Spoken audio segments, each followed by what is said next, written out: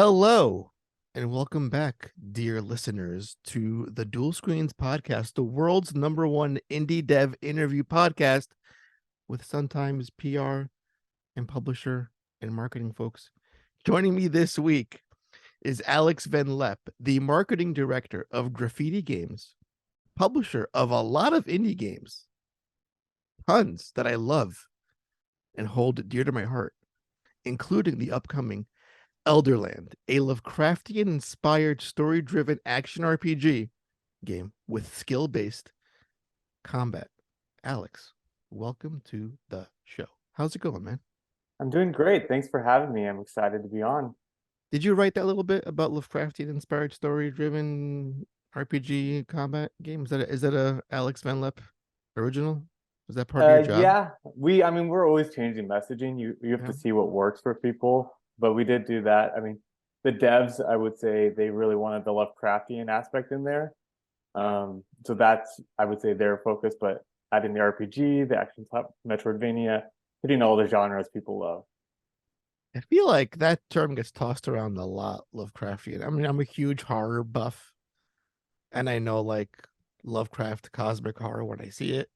So I'm trying to find that in this game when I'm looking at it. I played the demo for like several hours last night. Um, it's a fun game. It's a fun little Metroidvania-ish action game, and it's very, very impressive. Um, but I do want to say, Alex, I feel like your name pops up a lot in my inbox. Like more often than not, I get an email from Alex from Graffiti Games talking about some brand new thing he's working on and promoting. And I feel like I know you in a sense, and then I'm always ignoring you. I'm always like, ah, shit. Here's Alex again. What does he want now? What is your, what's like the day to day like as a marketing person for an indie game publisher? What do you do besides making people fall in love with games? If that's not all what you do. Yeah, well, hopefully it doesn't feel like spam with all my emails Oh coming in. no, Yeah. I get it's like when your mom calls you and you're like you love your mom, but you can't always answer the phone. Yeah. It's more, a lot of the emails that we send out are just kind of notifications like FYIs, hey, there's this game, or hey, this game's going to launch, like Elderand, for instance, going to launch February 16th. That's kind of what it is. It's just like, hey, heads up if you want to, talk about it or not, type of a thing. There's real no typical day. It really depends on what's going on. So there's a lot of working on games messaging, their plans, their structures, events are big for us. Digital events, I would say, are kind of the big things these days. Mhm. Um, and just kind of planning what our next marketing beats are and then what we need to enact for that. Right now with Elderand, a daily basis is just getting the codes out to reviewers, to people like yourself, talk about the game, putting up Steam announcements to get the community engaged. That's kind of right now, but it varies from time to time just on what's going on. Now, with a game like Elderand, are you in any way part of the like curation process? Like when it comes to looking at a game and saying we want to bring this game under Graffiti Games, or Yeah, are you? I manage that as well. So Mhm, I manage our game acquisition along with the mhm. marketing side. We're a small company, so you got to fill many different hats. Right. Yeah, so with Elderand, it's a case where we really like the genre. Like I'm a big Metroidvania fan, and so I know how well that genre does. And then Mhm, looking at it and play, and sometimes you just got to take a game when it's a little bit rough. Like Elderand was a case of that. It mhm. was pretty rough in the beginning, but you see that potential, and that always helps. Um, there's a lot to game acquisition that's just trusting your gut too, I would say. There are games where I'm like, oh, I really like this game, but I just don't feel like the audience is there or the budget's too high and it makes things difficult. And I hate it where I'm like, oh, I wish I could sign this game, but I just know the money and figures aren't going to work out. Or maybe it's a puzzle game and I'm like, oh, it's fun, but there aren't very many people who play puzzle games if you've seen the stats on the genres on Steam. Right. What was it about this game in particular that made you feel like this is something we want under like in our family? What was it? What was like the drawing factor? I for think you the guys? skills-based combat was really big. Like it's nice to play a Metroidvania that's skills-based where you feel like you're working your way and earning it. I don't know if when you were playing, if it felt like you were accomplishing things as you were defeating enemies, that it wasn't just hacking and slashing. You were using your skills, you were developing them as you went on. That was a big thing. The art, I really like the art a lot. I like that it's not Souls-like because I think Mhm. Metroidvanias that are Souls-like are just a little too difficult. I'm older now. I may sound young, but I'm older now, and I'm not as good as games as I was a long time ago. But all that factors played into it, and then just the team. I mean, a lot of signing games is based off of the team, and do you gel with them or not? Yeah, I'm not a fan of that bait and switch either. We're like, oh, it's like this beautiful pixel art game with a very obvious Metroidvania looking map, and then you play it, and it's like, hold on a minute, blasphemy. You're not a Metroidvania game at all. But yeah, it's nice because it's a tough genre to really nail down, I feel, because there's so much of it out there. There's like an oversaturation of this kind of game. And I was playing it last night and I was amazed by how I was always introduced to new elements. Like you have your sword, then you get your bow and arrow, then you get your sub weapon, then you get a staff that casts magic. So all these little elements just in the first couple of minutes are just kind of like layered onto the player experience. And then it sets you up for like, this is like the tone for like the entire game. Expect depth in the combat as you're going through this like amazingly drawn pixelated world. Did you have a favorite weapon that you used? I'm a magic guy, so I love kiting shit to death. That's what I do. um but yeah, the staff is pretty dope. And you really can't beat the sword. The sword's like your basic, your trusty sword. Yeah, Um, and since you only played the demo, as you get mhm, playing further, you unlock special abilities too that you can use with the staff. mhm. So it's cool. There's like a meteor attack where you call these meteors coming to hit the enemies. And yeah, and so it's really cool that, like you said, that progression is key too. I was fortunate to play or to launch a great Metroidvania series with Guacamelee. If you ever played that series, Oh, I may have heard of yeah. Guacamelee. So I helped launch that the first both games with Drinkbox Studios, and yeah, that's where I think my love of the Metroidvania genre really came to fruition because it was such fun. It was so great, and that has that same progression Elderand does as Guacamelee, where you're going back, and the exploration is key too. I'm sure you felt it where you were walking into a new room and it felt good that it wasn't the same thing over and over again. You felt good about what was going on, and you were excited. You pulled up the map, and you're like, "All right, I haven't been to this area. I want to go over there now."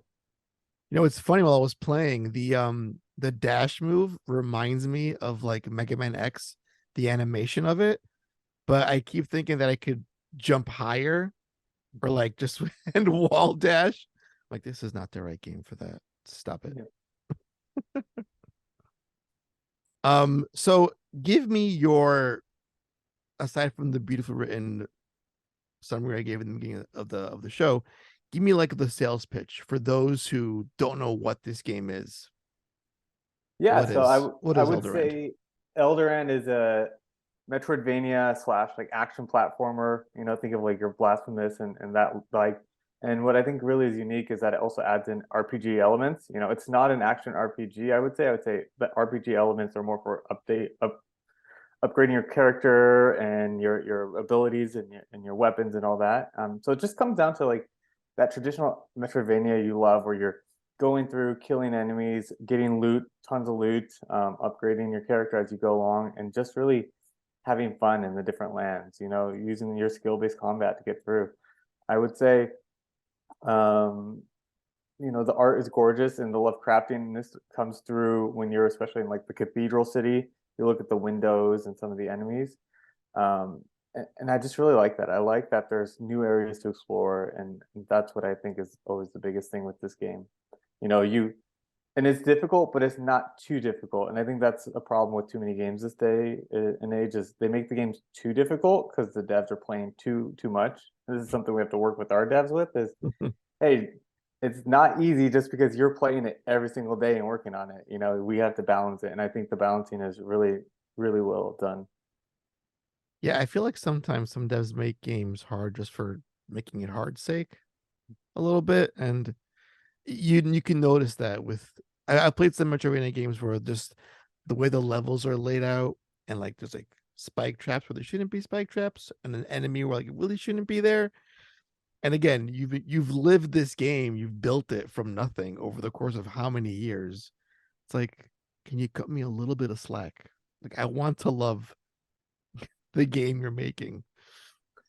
I think the biggest issue there is that developers are always worried that their game's going to be too easy. And Mhm. it's not like, oh, I want to make the hardest game possible.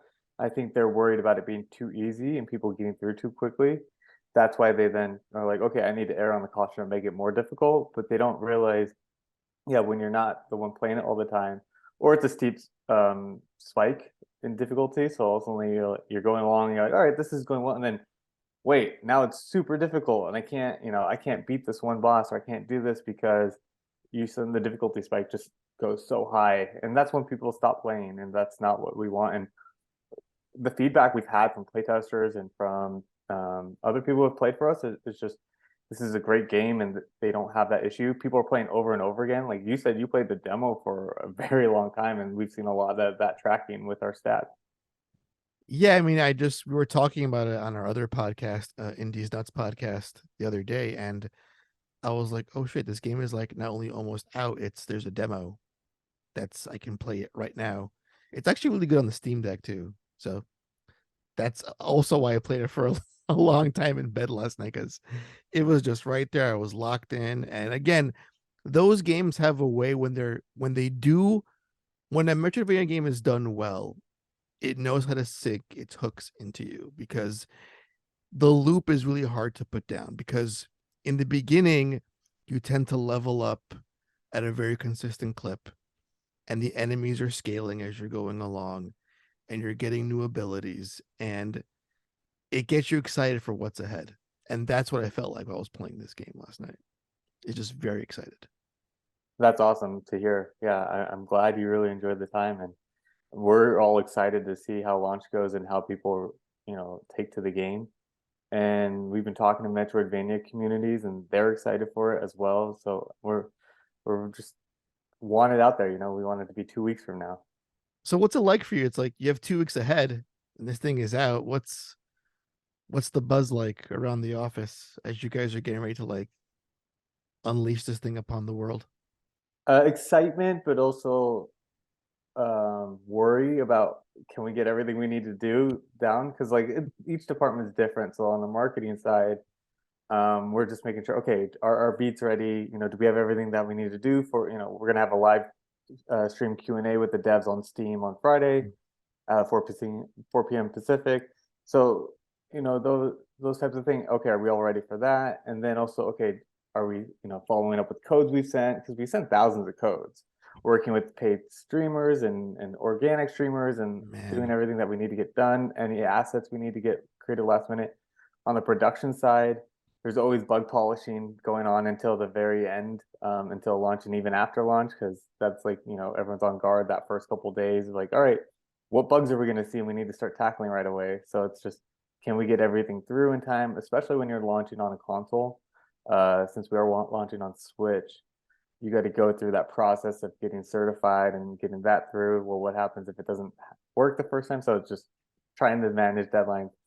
I would say not until 2 weeks after launch can you really start to relax mhm. because of everything that still is going on and you got to deal with. Now I've often wondered about that. I see a lot of games that either they release on PC and Switch, or PC and Sony and Switch, or PC and Xbox. What is the deciding factor in that for you guys when you say to yourselves, it's going to go on PC and Switch and not the other ones? Is that like, is it purely like a money issue, or what is that? What determines where this thing lands outside of the Steam and PC marketplace for you Yeah, it's guys? money, it's resources. Mhm. It's very difficult to get through multiple certification processes at the same time to hit a launch date. PC is the easiest because PC Mhm. is usually what the devs are working on initially, anyways. And that process is way easier than anything else. So then you have to decide, okay, what console are we going to go to? Is there a market there? And then do we sim ship? Okay, if we sim ship, are we going to be able to have the porting done and through each process within a certain time? Because you could do that, but you might have to sit on a game for 2 months to Mhm. ensure that's going to happen. Well, when you're a smaller indie publisher like we are, we don't have that luxury to be like, okay, let's sim ship on every game at the same time, but we're launching in February. If we were trying to do that, we would probably not be able to launch till May, June, just Mhm. because of making, the times, because you run into different bugs in each one. Some systems are easier to port to than others. And again, like you said, the resources, the money are a Right. big factor too. And then some consoles, the organic sales really aren't what they used to be. Microsoft is a good example. Everyone on Xbox is doing the Game Pass for the Right. most part. So, does it make sense to spend money and time to try to organically bring this game to a system if there aren't that many players in that genre or that type of game who are going to purchase it? Mhm. Some games are fine doing that, and then other games it just doesn't really work because you're not going to recoup that money that you spent on it. Was that ever an option, like to maybe pitch this as a potential Game Pass game to Microsoft, or Yeah, what so do you we did think? talk to them about the game. Mhm. And we present all our games to the different partners to see what we can drum up. But our plan, what we typically do is one console and PC initially, usually Switch, just because our porting studios have the most experience porting the Switch. Mhm. Those are usually our most, and also Switch gamers, they know to go for indie games. They like these, they care more. Nintendo gives a lot of support in that regard. They're great for Right. that, where the indie worlds and those types of events. And so that's typically why we pick them, but also because our games typically match the Switch audience better in that regard. And Elderand's a nice case where there aren't too many games like that on the Switch, like Elderand. So we think it's pretty unique to bring it to that genre, whereas other consoles, there are a bit more of that there. Yeah, you would think there'd be more of these kind of games on the Switch, and it feels right at home on the Switch. Like it brings back those old like NES game vibes, but again with a more modern sensibility to it. Like again, only a Metroidvania could. But yeah, it's surprising because as an indie publisher, what are your thoughts on the whole Game Pass model? Like, do you feel like is it more of a because I mean we've spoken to many devs about this, how they feel like it's great for exposure and they feel like their games wouldn't get as many downloads or attention had it not been for being on Game Pass. Um, but on your end, what are your thoughts on that whole model? The whole players won't be actually purchasing your game, but it's part of a subscription service.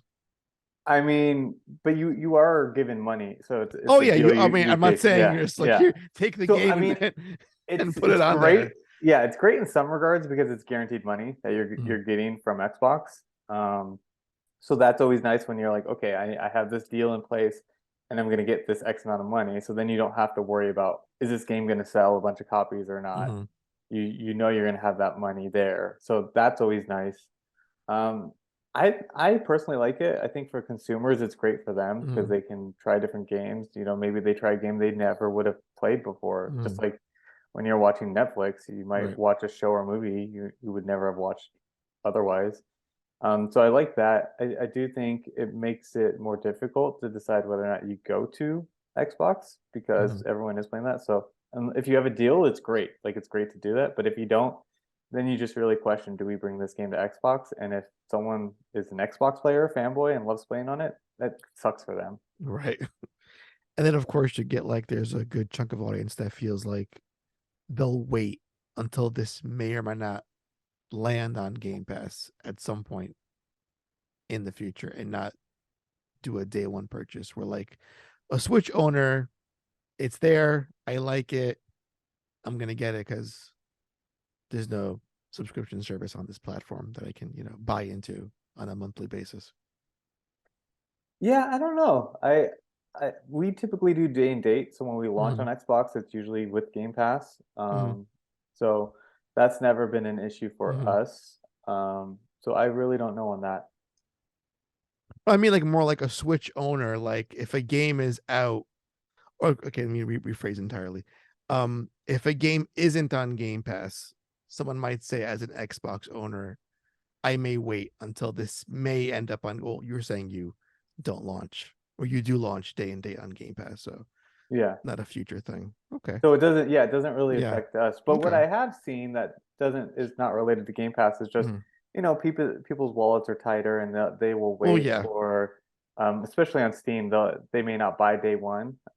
That's why everyone does the launch discount to incentivize people, Mhm. but they may wait till later on. But I get it. Like if money's tight, unless it's a game you really, really want, you're gonna wait for the game to go on discount, and it makes sense. Yeah, because now it's like when you're marketing a game, it's like I have to make this more appealing than a carton of eggs for most people.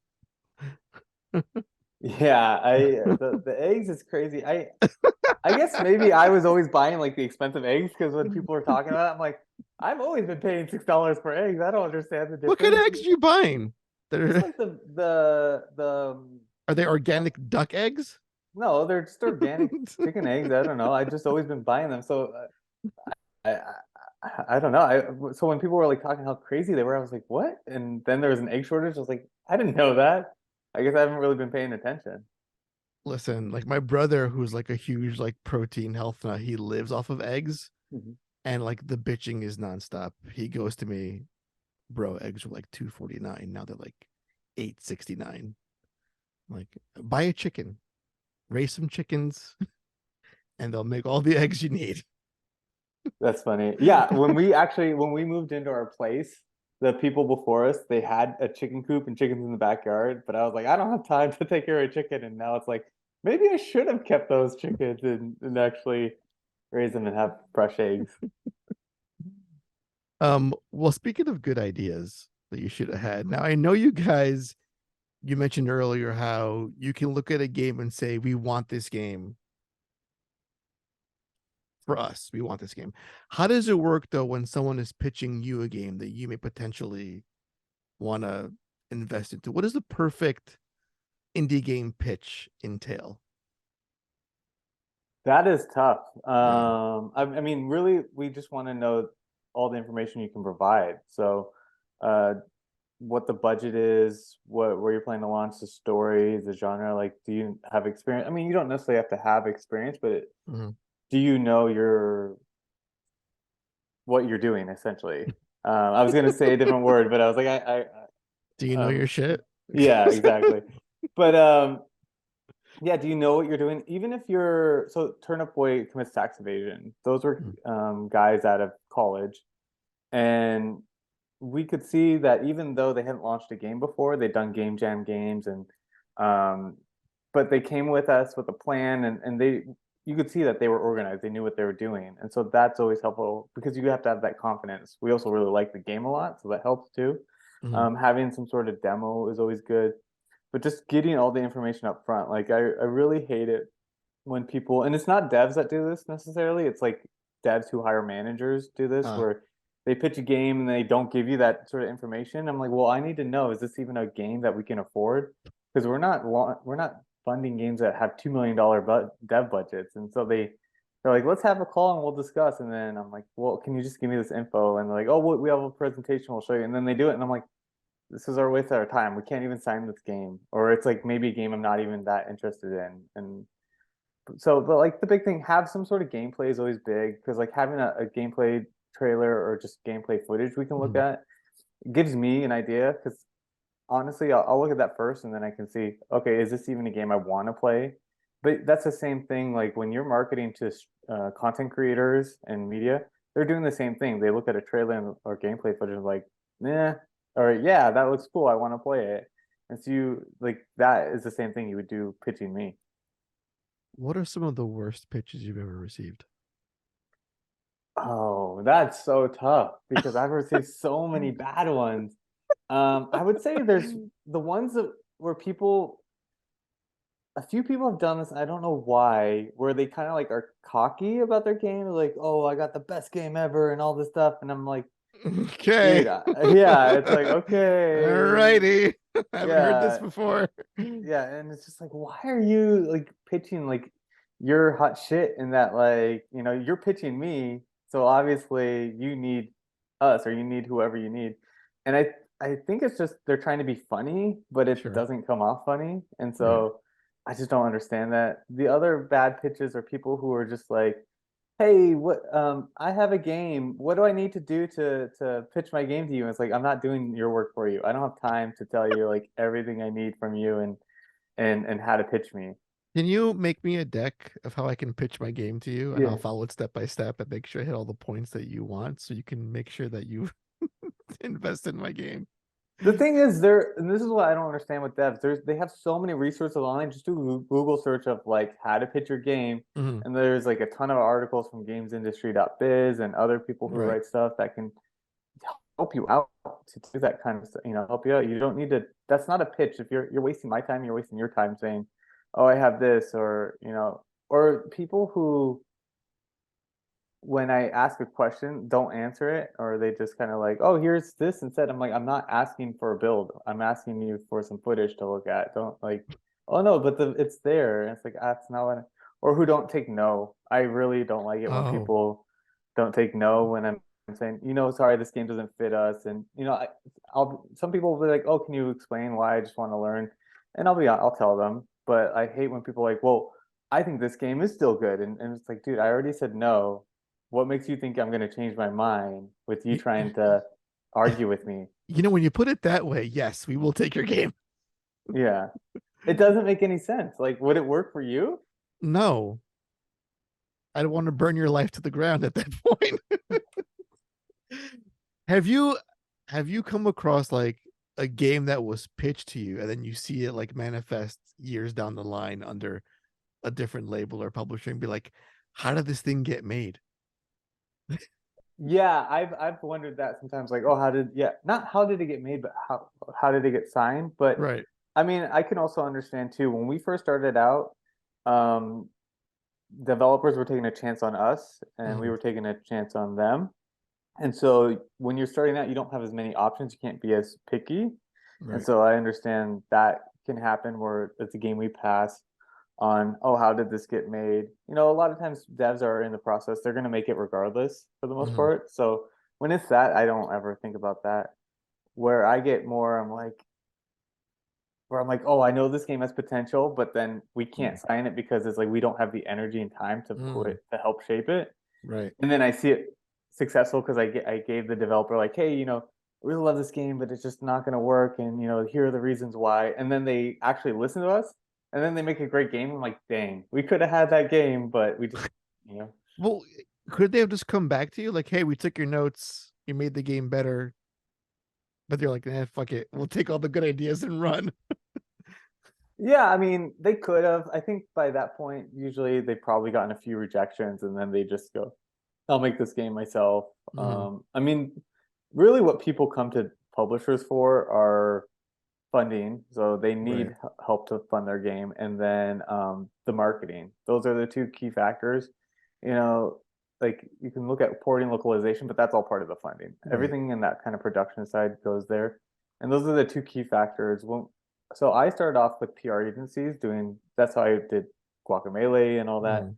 And it was actually those guys who were like, "Well, why don't you guys start a publishing company? Like, you guys do the marketing, and if you can get funding, because we had thrown in some money here and there to certain games. Mhm. They're like, you could start a publishing company, and that's what we did. How do you cut through all the noise? There's just so much of it out there. I feel like on the marketing, it must be so difficult because, like, even as I scroll through Twitter, I come across so many games that I want to give attention to and to play, but I just don't have the time. And there's also things I discover years later that, and I wonder why wasn't this yelled to me louder so I could notice it? How do Yeah, I you mean, navigate this? Just there's so many games out there, and indies especially. yeah, it's difficult. I mean, Among Us is like a good example of a game Yeah. that didn't get bigger till later on. Oh yeah. It's really first and foremost, it's the game itself has to be good. Mhm. Um, that a game will always get attention if it's good, because if people just start, talking about it or saying, or like have a fun idea. Turnip Boy is a good example. Like the title is funny. Turnip Boy commits tax evasion.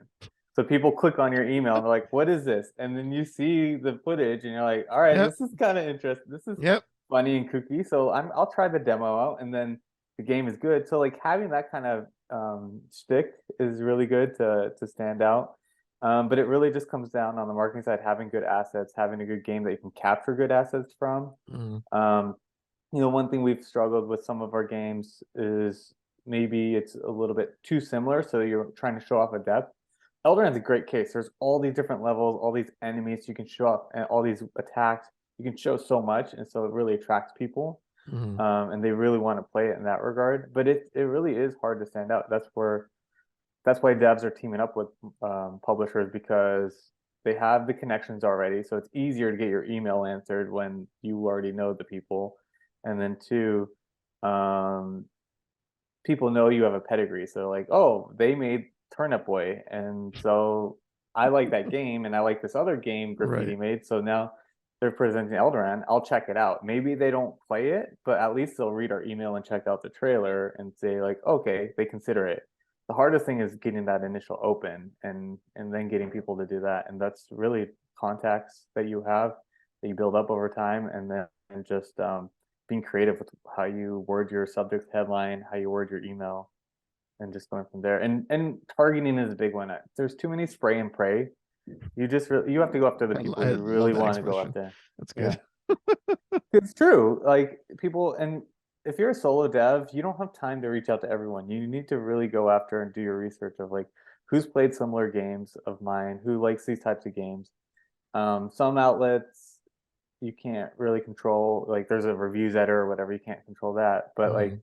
you might be able to hit up a newswriter and get them to cover your in story just because they like that type of genre or Right. something, or you just find some fun gif or whatever. Have you ever heard of Super Mega Baseball series? I'm not sure if you played sports games. I'm not a huge sports, but I have heard of that series before. Yeah, so Yeah. that's another genre series I worked on, and the second one blew up because in the game you could hit a comebacker to the pitcher and knock out the pitcher. So I was like, all right, guys, we're gonna make a GIF of this and we're gonna put it in every single email that we send. And the headline's gonna be, you can knock out the pitchers in this game. And then it blew up, and then it blew up on like Instagram. I don't think TikTok was around then, but like it Oh blew up on wow. Instagram and Twitter. And it was also when we had like Barstool Sports and all these like sports outlets like posting about it too. And it was just like taking little things like that just really helps, get your attention. Yeah, that reminds me, I was playing a game called Tape to Tape last night. It's like a hockey roguelike game. Mhm. And I suck at sports games. So the goalie caught the puck on the opposing team and then threw it across the ice and like over everyone's head and scored in my goalie. Yeah, So I was like, I should send this to like the publisher and be like, here you go. Use this in some way.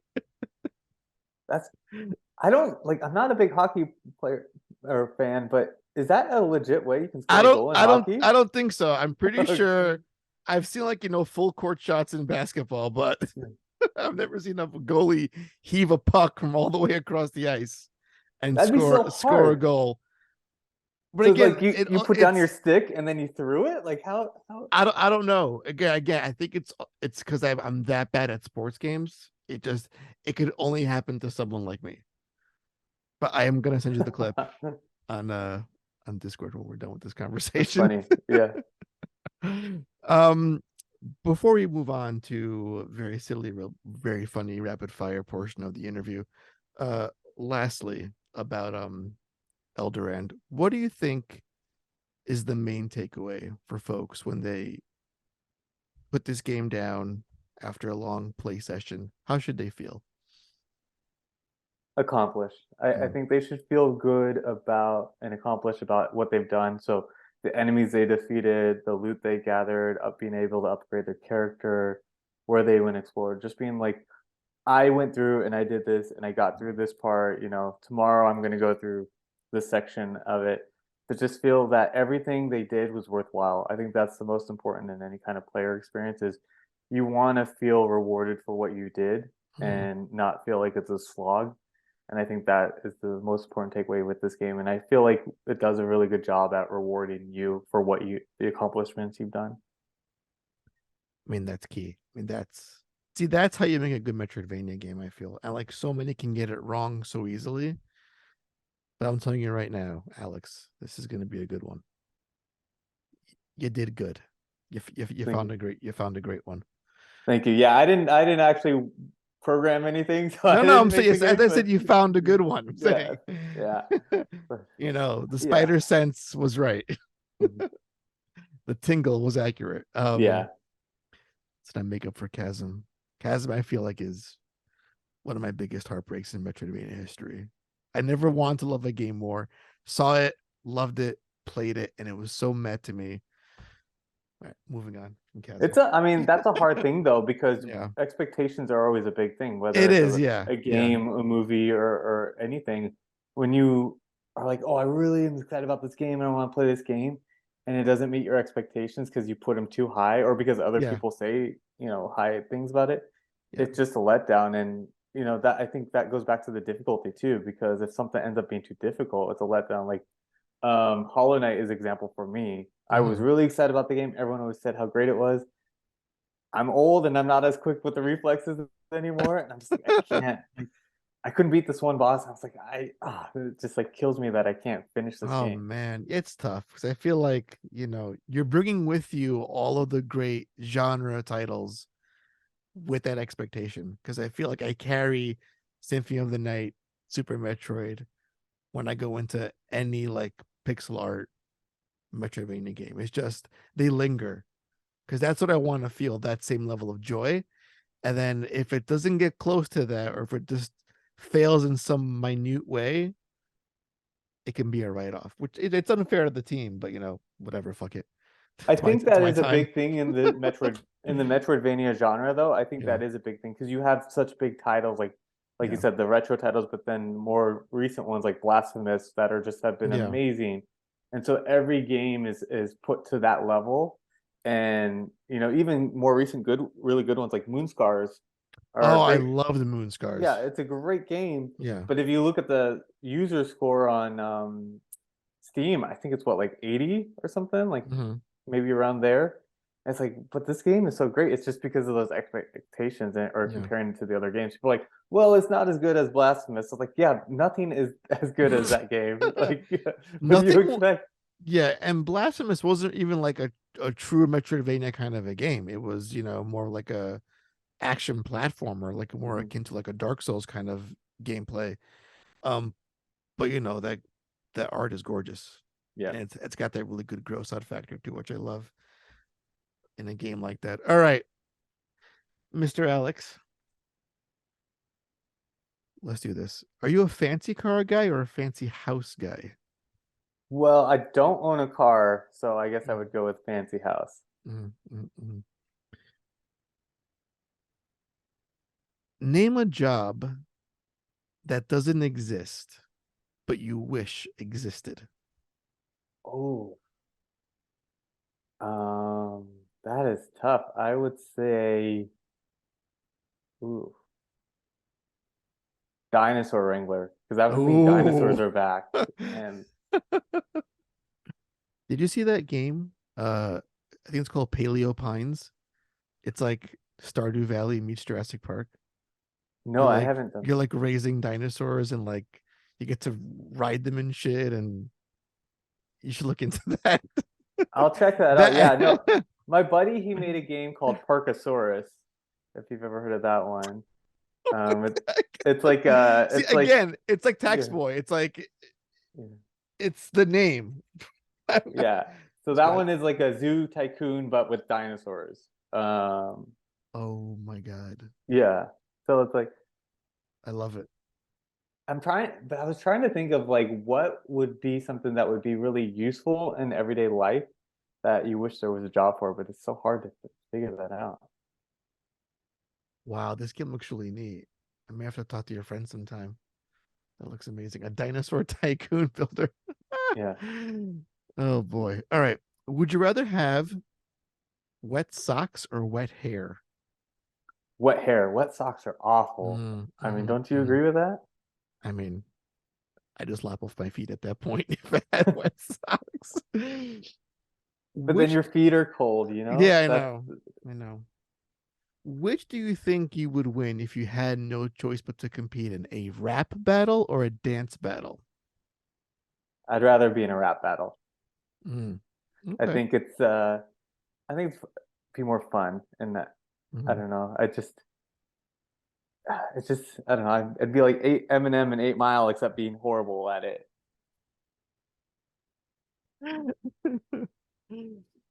um,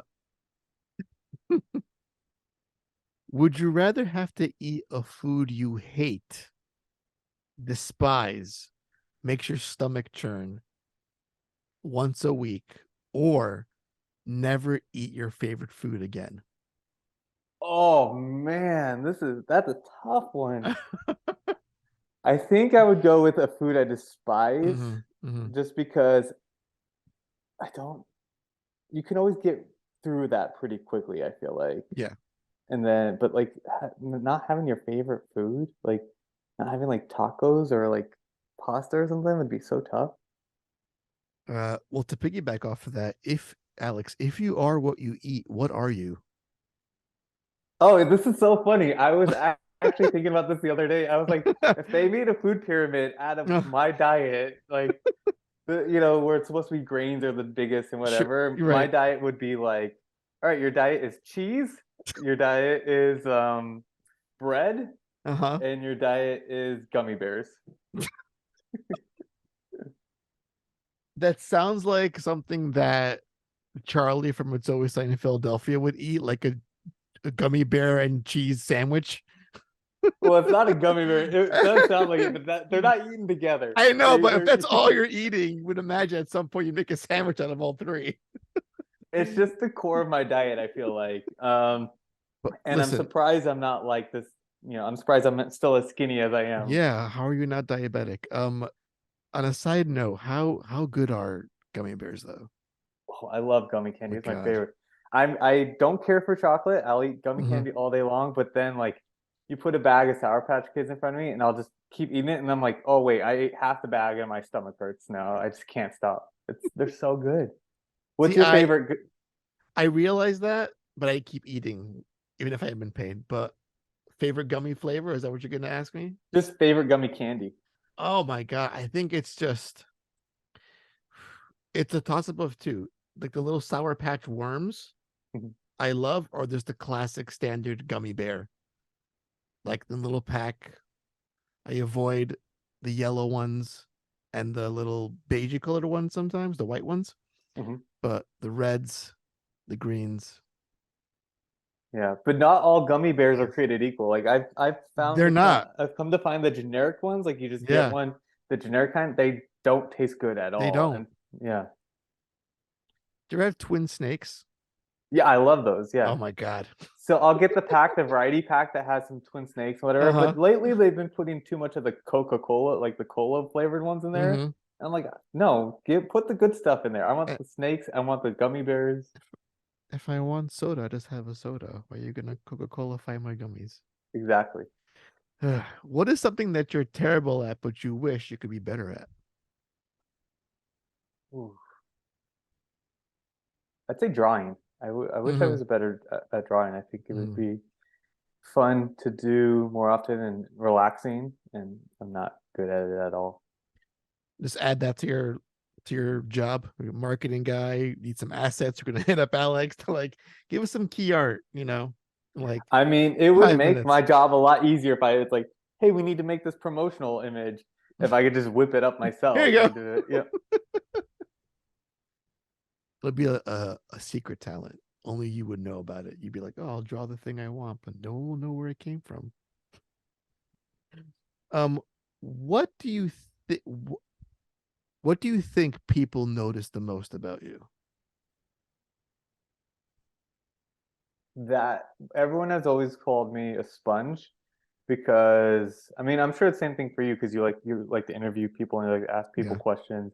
I just like to learn. So I just Hmm. like to understand, learn new facts. I like to learn where people have come from and where they've been and their history and their, what how they grew up or how their customs, and I just really love to learn about all that kind of stuff.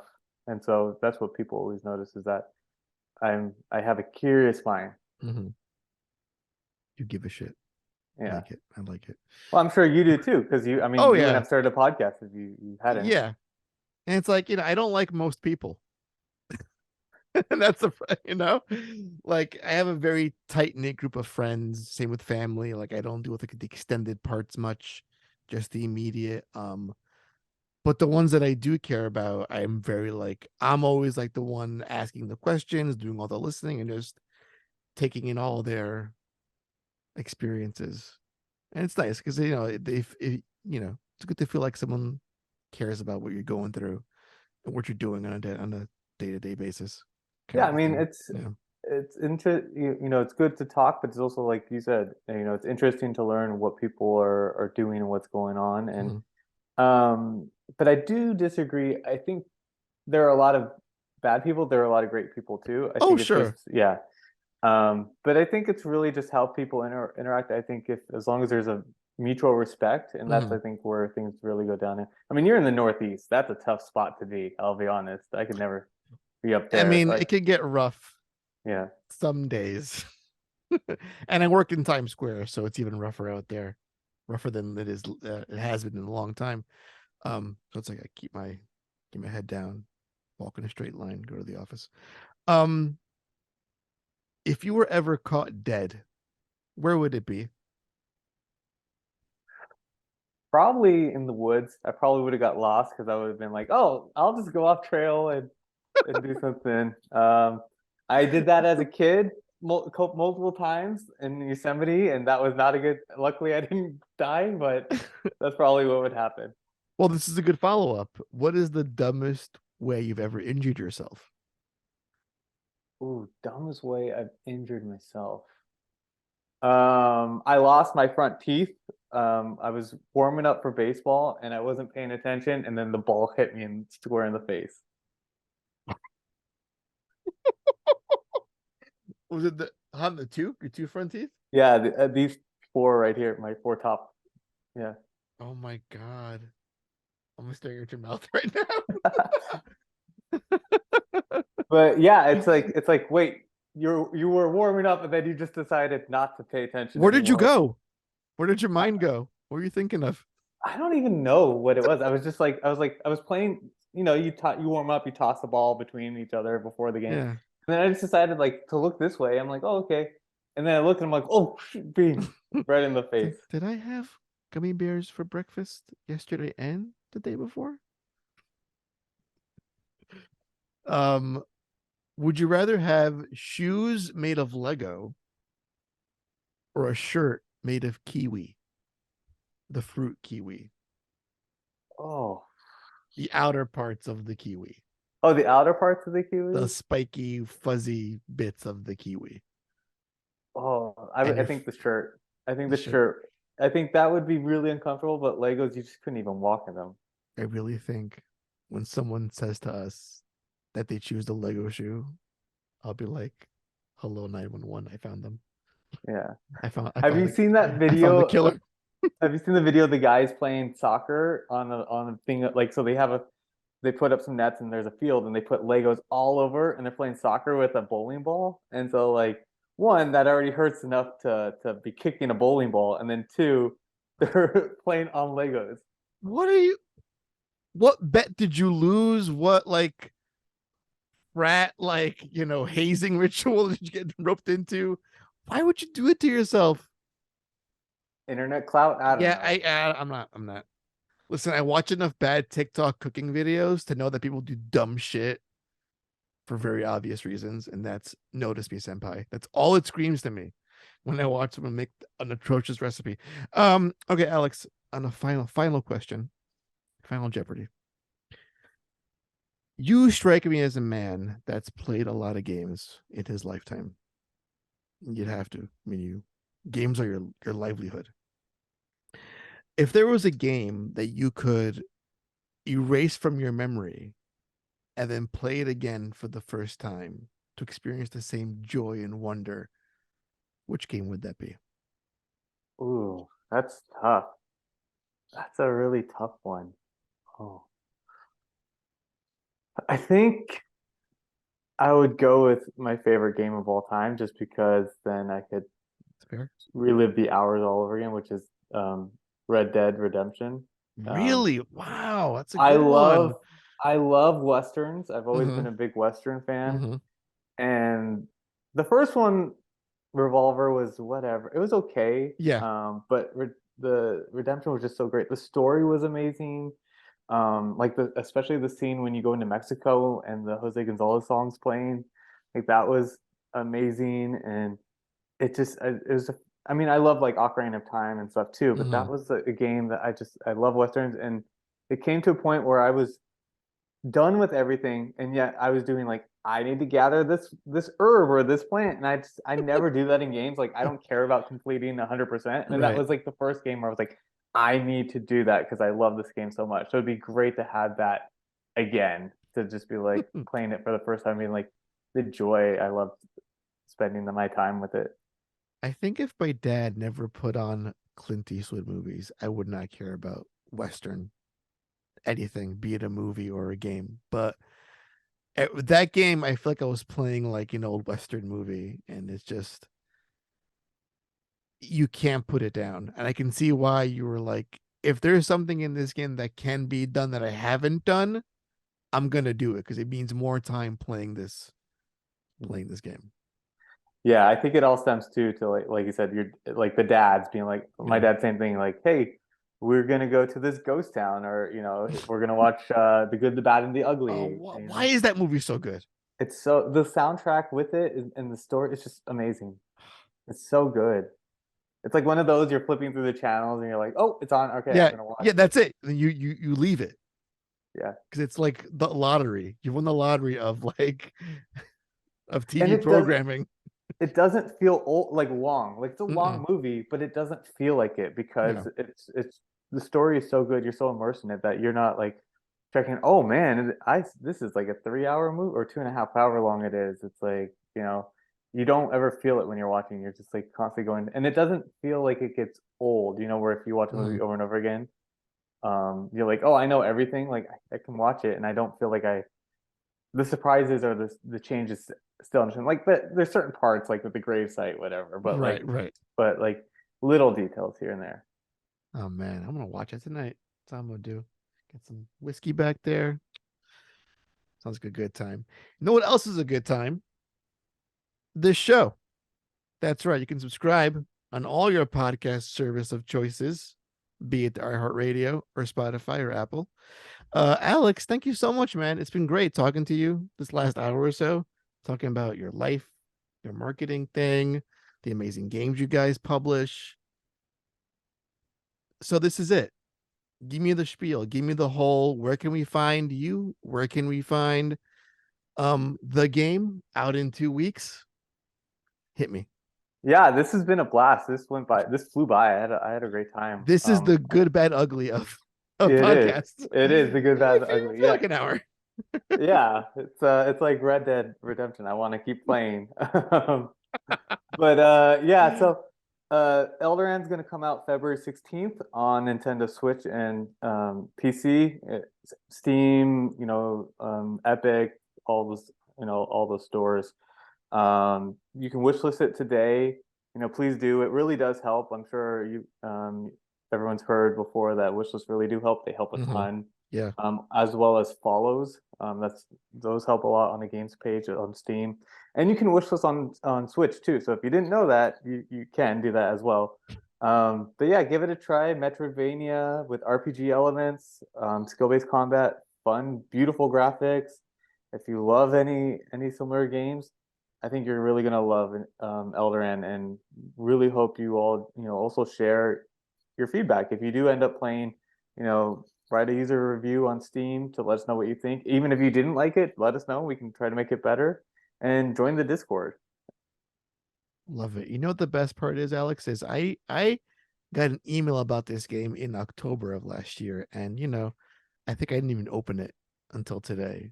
But that's a good thing, because this game I just learned about it recently, and it's coming out in 2 weeks, so I don't gotta wait long. to play this game, which is amazing. So thank you. Thank you so much. Thank you. All right, that'll do it for this week's show, everybody. Thank you so much. Thank you, Alex. Go play this game. Go check it out. And as always, please be excellent to each other.